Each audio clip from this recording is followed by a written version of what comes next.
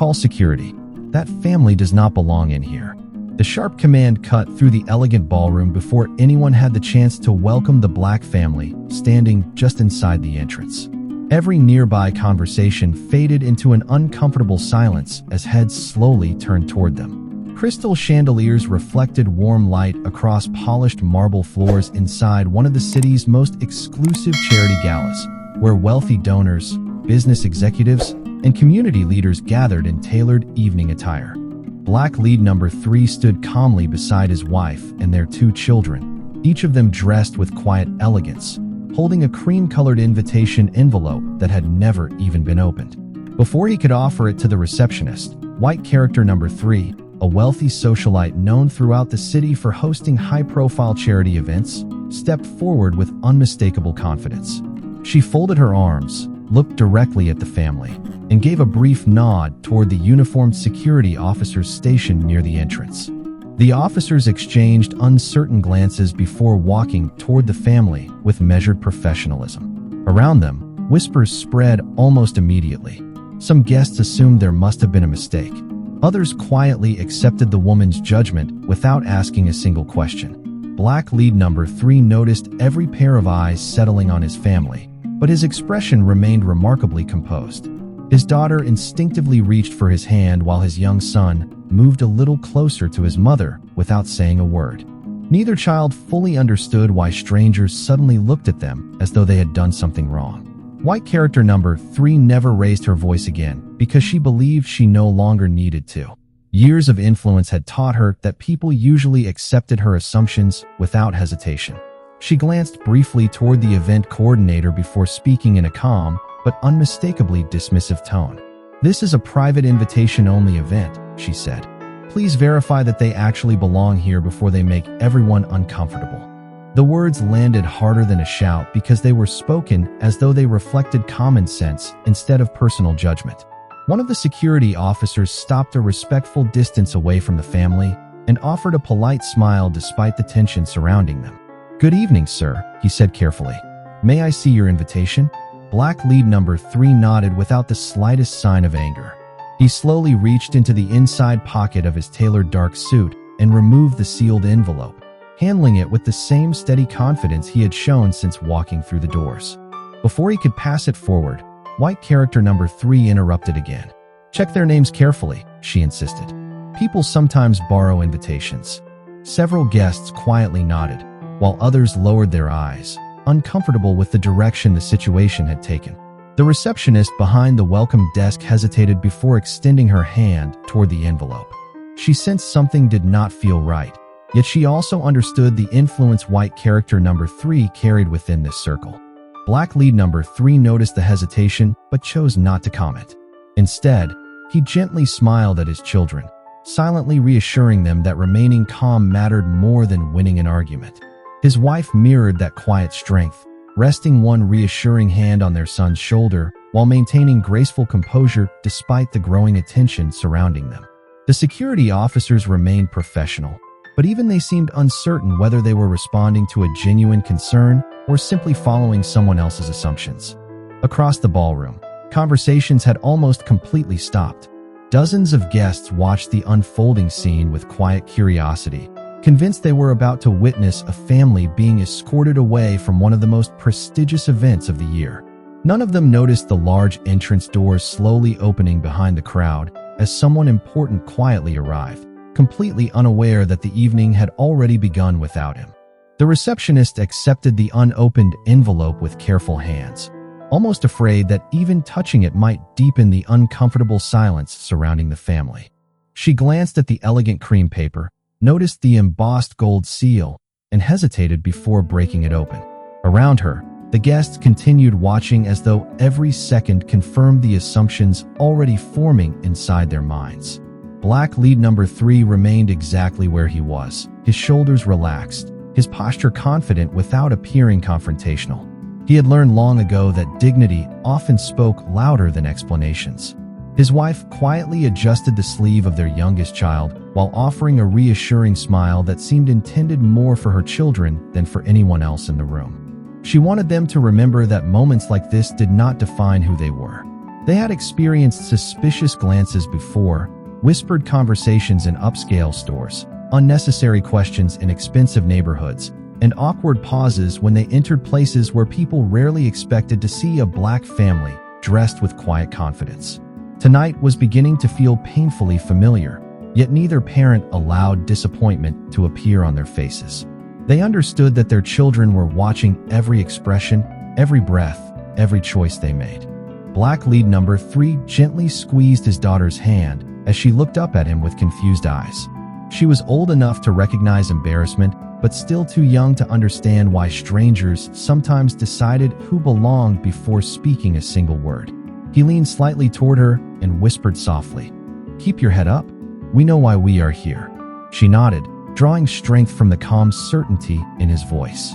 His son stood beside his mother, studying the polished room filled with sparkling dresses, tailored tuxedos, and expensive jewelry. He quietly asked whether they had accidentally walked into the wrong event. His mother smiled warmly and answered, "No, sweetheart. We are exactly where we are supposed to be." Her answer carried no anger toward the people surrounding them.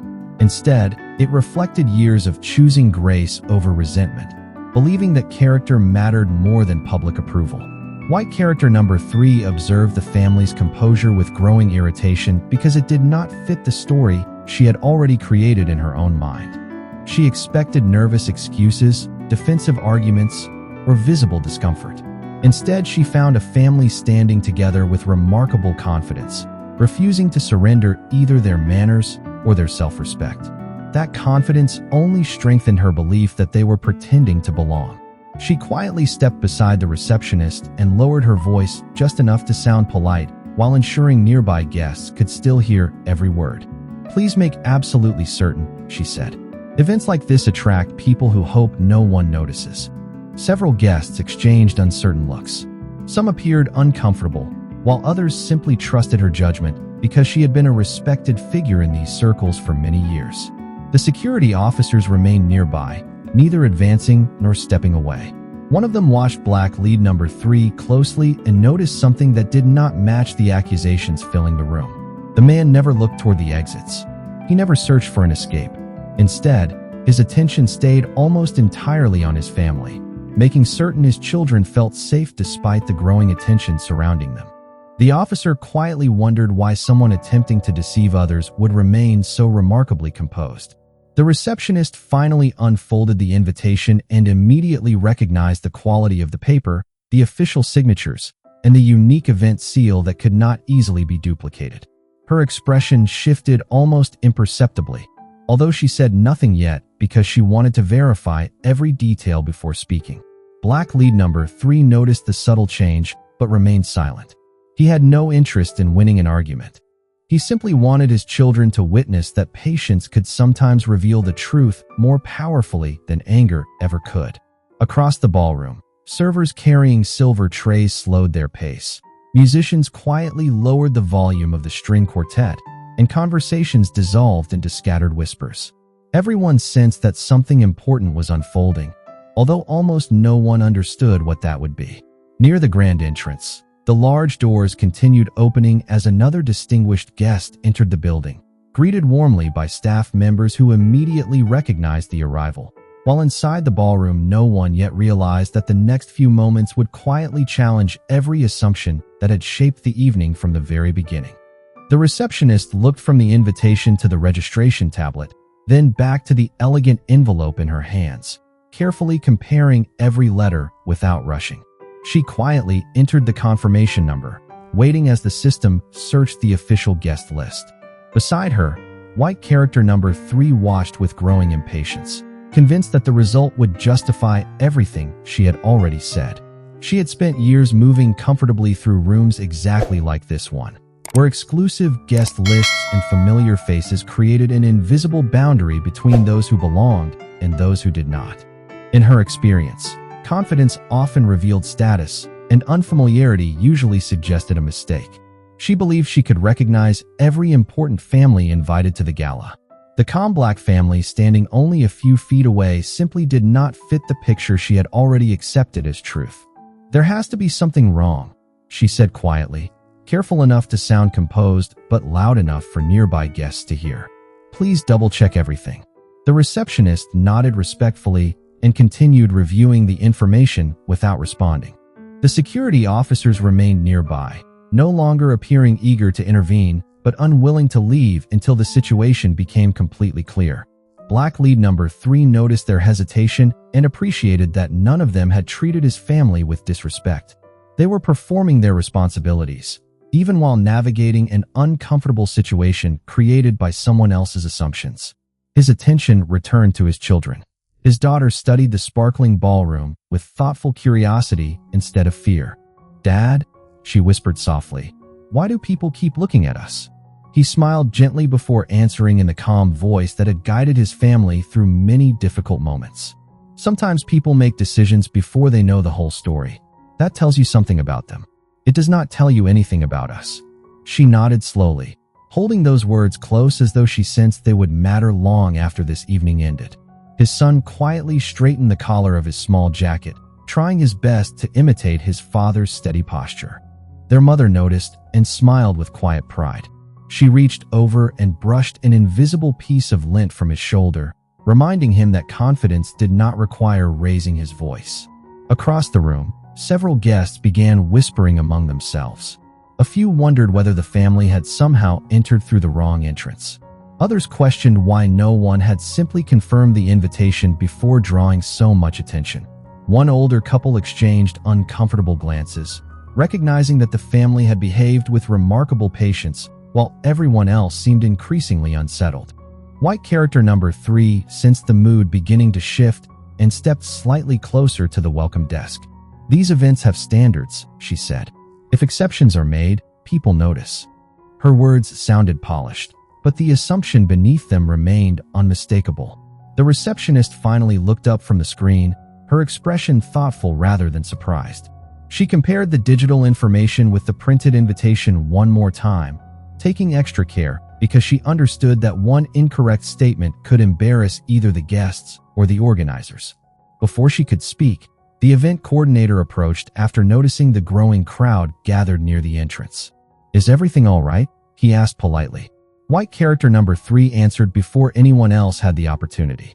"We are simply making certain the guest list is being respected."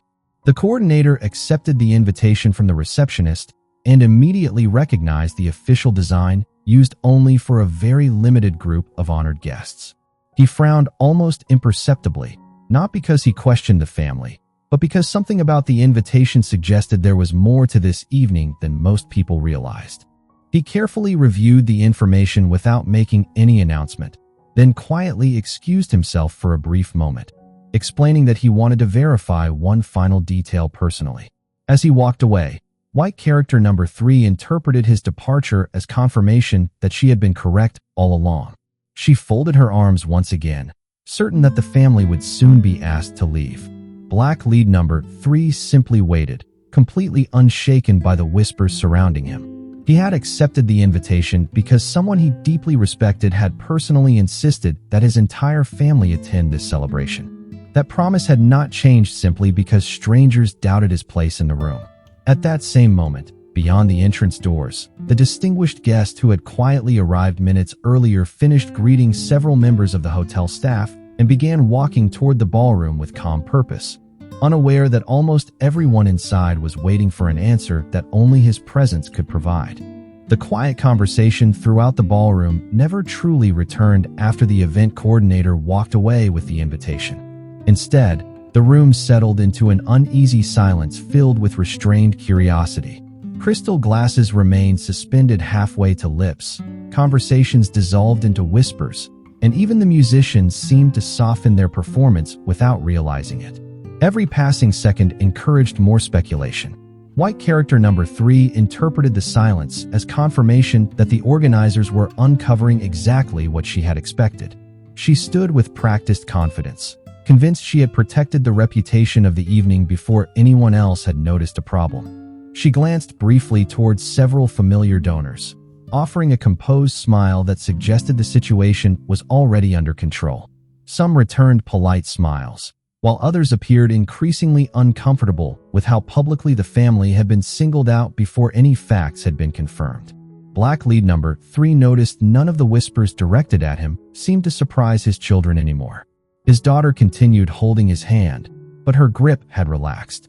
His son quietly watched the security officers instead of the crowd, noticing that neither officer appeared hostile. One officer finally spoke in a calm voice. "Sir, thank you for your patience. We appreciate your cooperation." Black lead number 3 answered with a respectful nod. "You are doing your job. I understand." The simple response caught the officer off guard. He had expected frustration after so much public attention, yet the man's voice carried neither resentment nor sarcasm. The officer exchanged another glance with his partner, silently acknowledging that the family's behavior had remained consistently respectful from the moment they entered the building. Nearby, the receptionist continued reviewing the guest information displayed on the registration screen. Every detail matched the printed invitation. The names, the confirmation number, the reserved table assignment, and the special designation attached to the invitation all appeared authentic. The only thing preventing her from announcing that conclusion was the unusual notation beside the reservation. Rather than identifying the guest by occupation or organization, the record simply instructed the staff to personally notify the evening's principal host immediately upon arrival. She had never seen that instruction before. Unsure of its significance, she chose to wait for the coordinator to return instead of making assumptions in front of so many witnesses. White character number 3 noticed the receptionist's hesitation and interpreted it completely differently. "If there is uncertainty," she said with calm authority, "it is always better to protect the event first." Her words sounded reasonable on the surface, making it difficult for anyone unfamiliar with the situation to challenge them. Yet several guests now found themselves wondering why protecting the event seemed to require publicly embarrassing a family that had done nothing except quietly wait. An older gentleman standing near the registration table leaned toward his wife and whispered, "I have not seen them argue once." She nodded almost immediately. "Neither have I. They have shown more grace than anyone else tonight." Their quiet observation reflected what more people were beginning to notice. Black lead number 3 had not demanded special treatment. His wife had not raised her voice. Their children had remained polite despite becoming the center of unwanted attention. The contrast between the family's calm dignity and the growing discomfort around them became impossible to ignore. Several hotel employees also sensed the change. One server quietly placed a tray on a nearby table after realizing guests had stopped reaching for refreshments altogether. Another employee discreetly informed the banquet manager that the entrance had become the unexpected focus of the evening. No one wanted the celebration to begin under a cloud of confusion, yet no one seemed willing to interrupt white character number 3 either. The event coordinator finally reappeared, walking quickly but without visible alarm. He carried the invitation carefully in both hands and approached the welcome desk before speaking quietly with the receptionist. She listened attentively, glanced once more toward the reservation screen, then nodded in agreement. Their expressions suggested neither concern nor relief, only careful professionalism. White character number 3 stepped forward before either employee could address the waiting family. "Well," she asked, "what did you find?" The coordinator offered a courteous smile that revealed almost nothing. "We are waiting for one final confirmation," he answered. "It should only take another moment." White character number 3 frowned slightly. "Another moment? You already have the invitation." "Yes," the coordinator replied evenly. "And that is precisely why we are waiting." His answer created even greater curiosity throughout the ballroom. Black lead number 3 recognized the subtle shift immediately. Something had changed. The coordinator was no longer verifying whether the family belonged there. Instead, he appeared to be preparing for someone's arrival. At that exact moment, beyond the gathered crowd, the grand ballroom doors opened once again. Several senior hotel executives straightened their jackets almost instinctively. Experienced staff members immediately stood a little taller, and the concierge quietly smiled toward a distinguished figure approaching from the entrance with measured confidence. Most guests had not yet turned around, but those nearest the doors suddenly fell silent for an entirely different reason. The distinguished figure continued walking toward the ballroom entrance with an unhurried confidence that seemed completely disconnected from the tension filling the room. Most guests still faced the registration desk, unaware that someone important had arrived behind them. The event coordinator noticed the approaching guest first and immediately straightened his posture before quietly stepping away from the welcome desk. The receptionist did the same, carefully placing the invitation back into its envelope with obvious respect. White character number 3 interpreted their movement as another sign that the organizers were finally preparing to resolve the situation exactly as she had expected. She lifted her chin slightly and folded her hands together, maintaining the polished composure that had earned her influence in so many exclusive circles. She believed the evening would continue normally the moment the family was escorted away. Around her, several guests remained silent, although the confidence they had shown only minutes earlier had begun to fade. The longer black lead number 3 stood patiently beside his family without displaying frustration. The more difficult it became to believe the assumptions that had started this entire scene. His children remained close to their parents, quietly observing everything around them. His daughter looked toward the entrance after noticing several hotel employees smiling respectfully in that direction. "Someone important is here," she whispered. Her father followed her gaze for only a brief moment before returning his attention to her. "Everyone deserves respect," he answered softly. "Some people simply receive more attention than others." His calm response carried the same quiet wisdom that had guided his family throughout the evening. His wife looked at him with a gentle smile, recognizing that he was protecting not only their dignity, but also the hearts of their children. She knew how easily one painful experience could shape the way young people viewed the world. She wanted them to remember kindness instead of humiliation, patience instead of bitterness. Nearby, one of the security officers quietly approached the event coordinator. "Do you still want us to remain here?" he asked. The coordinator glanced toward the approaching guest and answered in a low voice. "Yes, but there is no need for intervention unless someone requests assistance." The officer nodded, sensing that the situation had changed in a way he did not yet understand. White character number 3 overheard only part of the exchange and stepped forward once again. "I hope we are not delaying the evening for everyone else," she said with measured confidence. Sometimes difficult decisions simply have to be made. Her words were directed toward the coordinator, but many guests heard them clearly. This time, however, almost no one responded with quiet agreement. Instead, the ballroom remained strangely still. Several people who had once accepted her judgment without question now found themselves studying the Black family instead.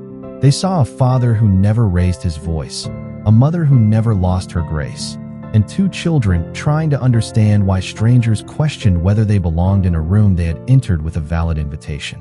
The emotional weight of the moment slowly shifted away from suspicion and toward quiet reflection. The receptionist finally closed the registration screen and carefully handed the invitation back to Black lead number 3 with both hands. "Thank you for your patience, sir," she said sincerely. Before he could answer, the event coordinator gently lifted one hand, signaling that he wished to wait just a little longer. Black lead number 3 simply nodded. There was no frustration in his expression because he already understood that whatever was about to happen could not be hurried. Across the ballroom, conversations had stopped completely. Even the musicians paused between selections, sensing that beginning another piece would interrupt something unexpectedly significant. Every eye gradually turned toward the entrance as the distinguished guest moved closer through the crowd. Hotel executives greeted him with genuine warmth. Senior staff members welcomed him by name, though their voices remained too quiet for most guests to hear. White character number 3 finally turned around after noticing the sudden change in everyone's attention. Her confident expression softened into puzzled curiosity as she watched the respected newcomer approach with calm purpose. She assumed he was simply another honored donor arriving fashionably late.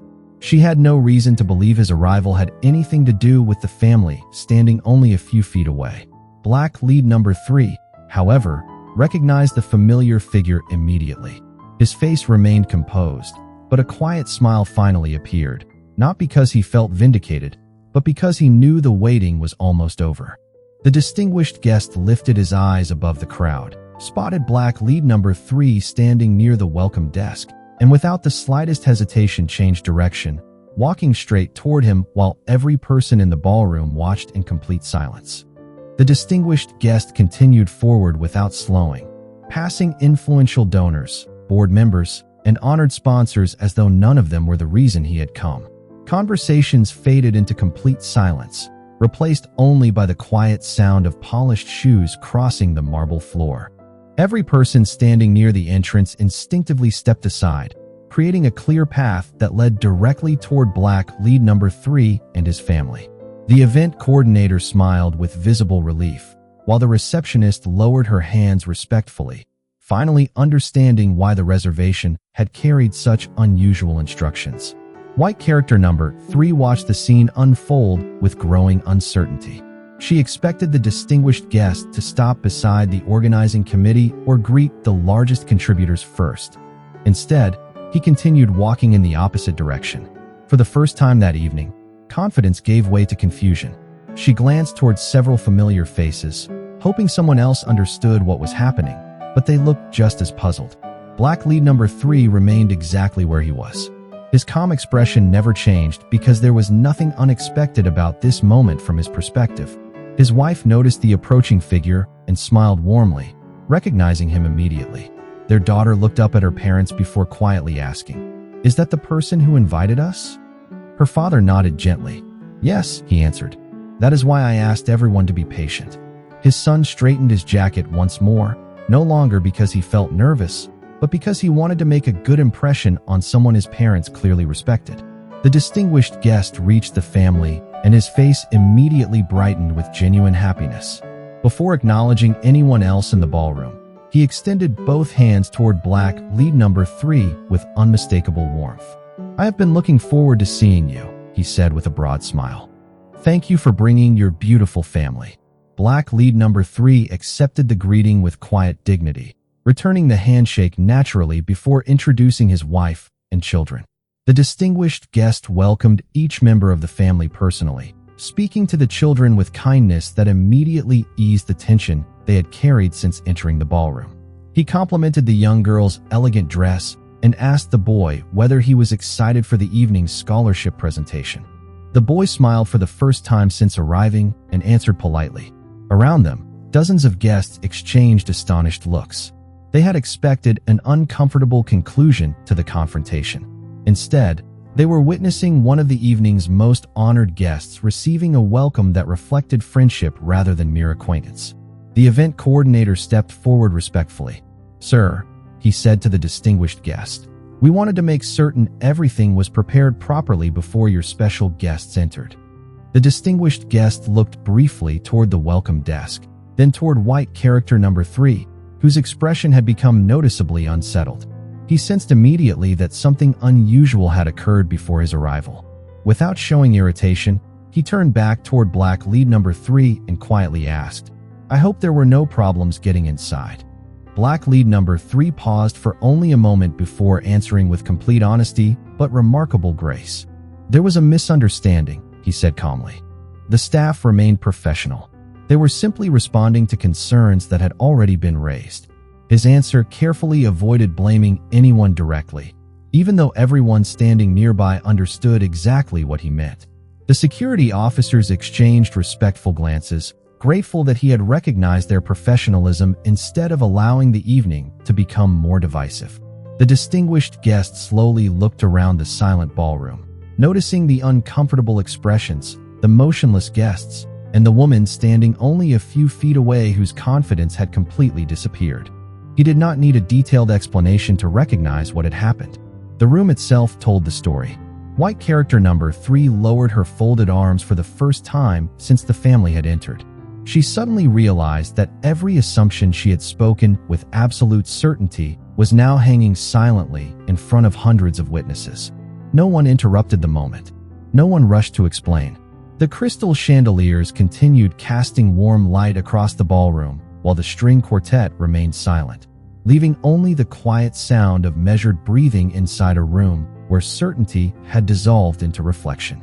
What had begun as a public judgment was transforming into something entirely different, and every person present understood that the next words spoken would shape the memory of the evening far more than anything that had happened before. The distinguished guest allowed the silence to linger for a few thoughtful seconds before speaking, giving everyone in the ballroom time to absorb what they had just witnessed. His warm smile toward Black lead number 3 never faded as he gently rested one hand on the man's shoulder. "Ladies and gentlemen," he said in a calm voice that carried effortlessly through the room, "before tonight's program begins, I would like to introduce someone who means far more to this organization than any title I could possibly announce." Every guest listened with complete attention. White character number 3 remained motionless, her eyes fixed on the two men standing only a few feet away. She could no longer reconcile the confident assumptions she had made with the respect now being shown so openly. The distinguished guest continued, "Several years ago, when our foundation was struggling to expand educational opportunities for families who had been overlooked for generations, there was one person who challenged every comfortable idea we had about leadership. He reminded us that real change begins by serving people before seeking recognition. Much of what this foundation has accomplished since then exists because he chose to invest his time, his wisdom, and his heart long before anyone applauded his efforts." Quiet surprise spread through the audience. Many donors had attended annual galas for years, yet few had ever heard that story. The distinguished guest turned toward Black lead number 3 with unmistakable admiration. "You refused every opportunity to place your own name in front of the work. You insisted the families mattered more than the headlines. That humility changed this organization." A wave of respectful murmurs moved through the ballroom. Guests who had only moments earlier viewed the family with suspicion now looked at them with entirely different eyes. The receptionist lowered her head briefly, reflecting on how close she had come to allowing appearances to outweigh facts. The security officers stood quietly at ease, relieved that patience had allowed the truth to reveal itself naturally. White character number 3 felt every word settle heavily upon her conscience. She remembered the certainty with which she had called for security before asking a single question. She remembered speaking about protecting standards while never considering the possibility that the family standing before her might have helped create the very mission everyone had gathered to celebrate. For the first time in many years, she realized that influence could become dangerous when it was guided by assumption instead of understanding. The distinguished guest then smiled toward the children. "Your father has taught many leaders that respect is earned by how we treat people when nobody is watching. Tonight, all of us were given another opportunity to remember that lesson." The little boy looked proudly at his father while his sister quietly reached for her mother's hand, her earlier confusion replaced by quiet confidence. Black lead number 3 accepted the praise with visible humility. "There are many people who deserve recognition," he answered softly. "I simply had the privilege of working beside them." His response only deepened the respect filling the room. He neither corrected those who had judged him nor reminded anyone of the embarrassment his family had endured. He chose instead to redirect attention toward the purpose of the evening. The distinguished guest nodded appreciatively before turning his attention toward the assembled audience. "Every scholarship we award tonight represents a belief that potential cannot be measured by appearance, background, or assumptions. If we forget that lesson at the front door, we risk forgetting why this foundation exists." No accusation appeared in his voice, yet the message reached every corner of the ballroom with unmistakable clarity. White character number 3 slowly lowered her eyes. Around her, familiar friends avoided meeting her gaze, not because they wished to shame her, but because they too had remained silent while another family carried the burden of doubt. The uncomfortable truth settled over the room without anger or raised voices. It arrived through simple facts, quiet dignity, and the steady example of a man who had answered public suspicion with grace instead of resentment. In that moment, the atmosphere inside the ballroom changed completely. The evening was no longer defined by luxury, status, or exclusive invitations. It had become a lesson about character, and the person who had been questioned at the entrance had become the one quietly teaching everyone else what true leadership looked like. For several long moments, no one spoke. The applause that normally followed an introduction never came because the people gathered in the ballroom understood they had witnessed something far more significant than a formal recognition. They had watched assumptions collapse without argument and dignity prevail without revenge. White character number 3 remained standing where she had been since the beginning of the confrontation, her composed expression replaced by quiet reflection. She looked toward Black lead number 3 and his family, then slowly took a single step forward before stopping again. The confidence that had once made every decision seem effortless had disappeared, replaced by the difficult awareness that influence carried responsibility. Finally, she walked the remaining distance herself. Every guest instinctively made room, sensing that this conversation belonged to no one else. She stopped several feet in front of Black lead number 3, maintaining respectful distance. For the first time that evening, she looked directly into his eyes without judgment or certainty. "I owe you and your family an apology," she said quietly, her voice steady but unmistakably sincere. "I made a decision about you before I knew anything about you. I believed I was protecting this event, but I failed to protect something much more important. I failed to treat your family with the respect every person deserves." The ballroom remained completely silent. No one interrupted. No one attempted to soften her words. She continued, choosing honesty over comfort. "The most difficult part is realizing that nobody forced me to make those assumptions. They were my own. I never asked your name. I never looked at your invitation. I simply decided that you did not belong." She lowered her eyes briefly before looking toward the children. "I am especially sorry that they had to experience that because of my actions." Black lead number 3 glanced at his wife before looking down at his son and daughter. The children stood quietly beside their parents, no longer frightened, only attentive.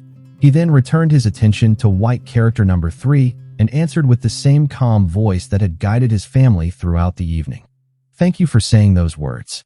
Apologies matter because they acknowledge truth. But what matters even more is what happens after tonight." White character number 3 nodded slowly, listening without interruption. "Children learn from what adults do." Black lead number 3 continued. "Mine were watching me. Yours, whether they are family, friends, or members of this community, were watching you. Every person in this room was teaching a lesson before anyone realized it." His words carried no accusation. They sounded more like an invitation to become better than a reminder of failure.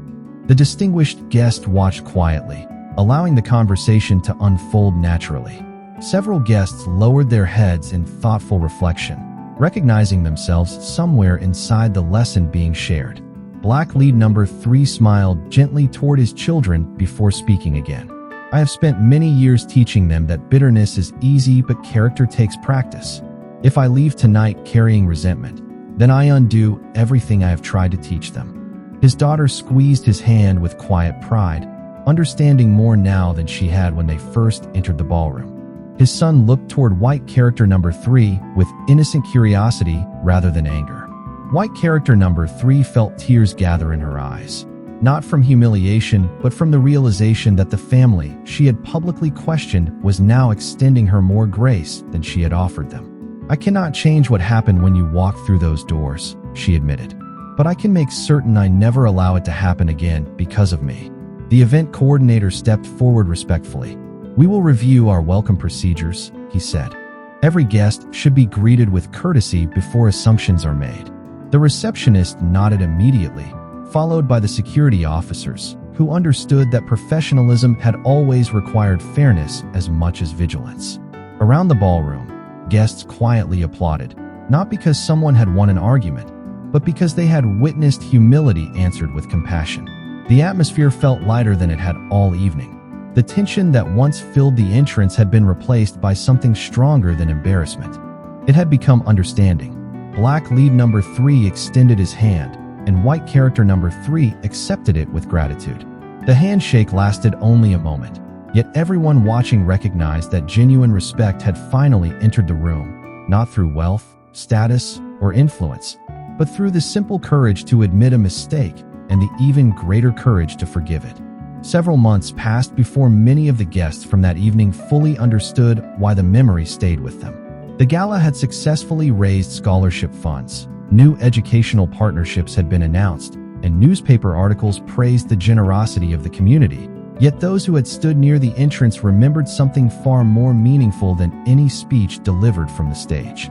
They remembered the quiet family who had answered suspicion with dignity, and the moment an entire room had been forced to reconsider what belonging truly meant. The foundation itself quietly adopted several changes after that evening. Every guest would now be welcomed before being questioned. Staff members received additional training focused not only on security and professionalism, but also on treating every person with equal courtesy from the very first greeting. The event coordinator insisted that hospitality should never depend upon appearance, familiarity, or assumptions. The reception desk, once remembered for an uncomfortable misunderstanding, gradually became known for its warmth and professionalism. White character number 3 honored the promise she had made that evening. She did not speak publicly about her embarrassment, nor did she attempt to rewrite what had happened. Instead, she allowed her future actions to become the apology she continued giving long after the words themselves had been spoken. At every event she attended afterward, she made it a personal habit to welcome unfamiliar guests before forming opinions about them. Friends who had known her for years quietly noticed the difference. She asked more questions and made fewer assumptions. She listened longer before speaking. She no longer believed that confidence alone qualified someone to judge another person's place in a room. The lesson remained with her because it had not been taught through humiliation. It had been taught through unexpected grace. Black lead number 3 rarely mentioned the incident outside his family. When friends asked about the gala, he preferred talking about the scholarships awarded to deserving students rather than the uncomfortable moments that had occurred before the program began. His children, however, remembered the evening differently. One afternoon, while driving home from school, his daughter asked whether he had already forgiven everyone before they apologized. He smiled gently before answering. "Forgiveness does not erase what happened," he said. "It simply refuses to let someone else's mistake decide who we become." His son listened quietly from the back seat before adding, "So we stayed because we knew the truth." Black lead number 3 glanced at him in the rearview mirror and nodded proudly. Exactly. Character gives you the courage to wait for the truth instead of chasing approval. Those simple conversations became part of the family's life, shaping the way the children viewed both fairness and compassion as they grew older. 1 year later, the family returned to the same annual gala after receiving another invitation. This time, the atmosphere at the entrance felt entirely different. Before the family even reached the registration desk, several staff members greeted them with genuine smiles.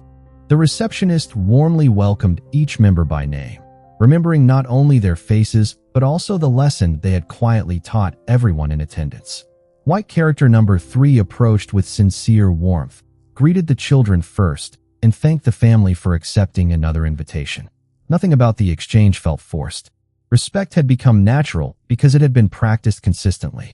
As guests entered behind them, the staff welcomed each person with the same courtesy regardless of age, appearance, clothing, or background. No one standing nearby could have guessed that the welcoming atmosphere filling the entrance had been shaped by a painful misunderstanding from the previous year. Inside the ballroom, crystal chandeliers reflected warm light across familiar marble floors while the string quartet played softly in the background. Black lead number 3 paused briefly near the entrance and watched another family walk through the same doors with quiet confidence. No suspicious glances followed them. No whispers interrupted their arrival. They were simply greeted as guests. A gentle smile crossed his face before he turned toward his wife and children, and together they walked into the celebration with peaceful hearts. Sometimes the greatest victories never appear in headlines or speeches.